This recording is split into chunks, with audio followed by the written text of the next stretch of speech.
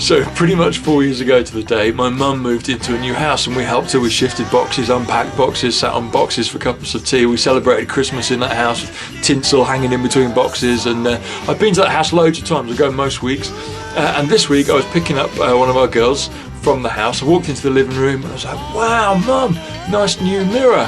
Where'd you get that? You know, just trying to keep conversation going. She looked at me like I got two heads and she says, love, I've had that mirror for years. In fact, I think you probably hung it above that fireplace when I first moved into the house. And I'm like, really? I've never seen that mirror in my life before. Have you ever had one of those experiences where you're walking along the street and you think, has that shop always been there, or is that totally new? I never noticed that tree in the middle of the road before. And even though you've seen this thing hundreds and hundreds of times, suddenly you notice it in a whole new, different way.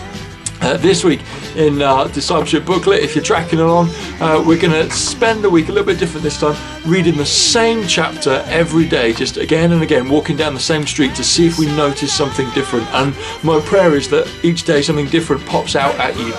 It's an incredible chapter. It's Romans 8, and it's got some amazing truths in there which are going to knock your socks off about you being co-heirs with Jesus, about there being no condemnation for those who are in Christ, about you being more than a conqueror through the power of Christ that is in you. There's so much stuff in there, and as you walk through it each day, you're going to see new things, and you think, wow, how did I never notice that before? Did somebody just sneak in and write that in my Bible overnight? No, they didn't. It's always been there. And so go through it each day this week, read the same chapter, and just ask the Lord, could you show me something new? Chat about it in your groups, see what stuff you've read before and loved, see what stuff you've read and never noticed before and popped out at you.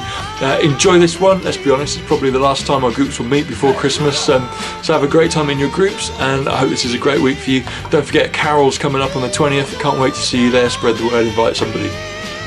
Ho ho ho.